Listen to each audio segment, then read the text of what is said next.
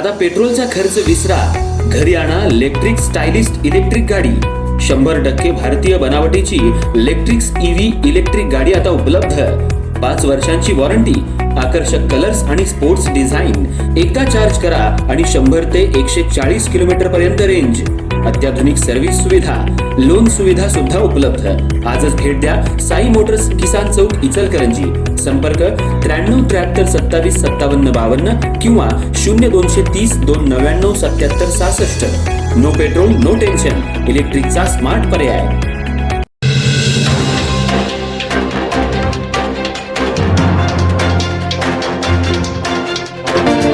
आपत्ती व्यवस्थापनात सर्व समाज घटकांचा सहभाग वाढवण्याच्या उद्देशानं इचलकरंजी महानगरपालिकेनं एक अभिनव आणि सामाजिकदृष्ट्या महत्त्वपूर्ण उपक्रम हाती घेतलाय। शहरात प्रथमच महापालिकेच्या वतीनं तृतीयपंथीयांचं रेस्क्यू फोर्स स्थापन करण्यात आलं असून या पथकात 6 तृतीयपंथीयांचा समावेश करण्यात आलाय। या पथकाला पंचगंगा नदीकाठी प्रत्यक्ष पूर बचाव आणि आपत्ती व्यवस्थापनाचं प्रशिक्षण देण्यात आलं। या प्रशिक्षण शिबिरात आपत्ती व्यवस्थापन क्षेत्रातले प्रशिक्षक संजय कांबळे यांनी तृतीयपंथीयांना विविध प्रकारचं बचाव कार्य कसं करावे याचं प्रात्यक्षिकासह मार्गदर्शन केलं।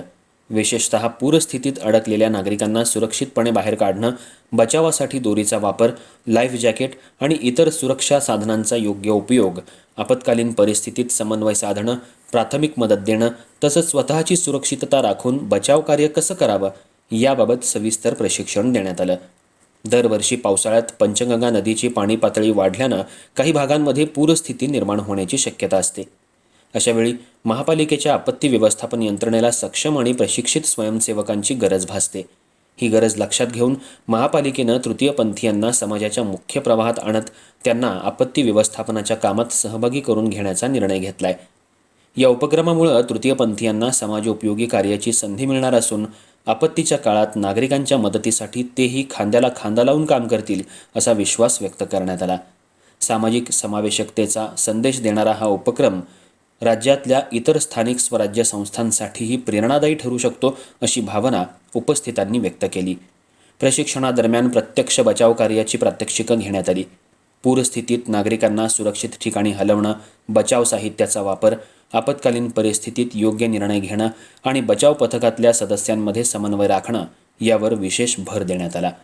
महापालिकेच्या या उपक्रमाचं विविध स्तरांतून स्वागत होत असून तृतीयपंथीयांच्या सहभागामुळे आपत्ती व्यवस्थापन अधिक सक्षम आणि सर्वसमावेशक व्हायला मदत होणार असल्याचं मत व्यक्त करण्यात येतंय। शहरात प्रथमच उभारण्यात आलेली ही तृतीयपंथीयांची रेस्क्यू फोर्स भविष्यात पूर, नैसर्गिक आपत्ती तसंच इतर आपत्कालीन परिस्थितींमध्ये नागरिकांच्या मदतीसाठी सज्ज राहणार आहे।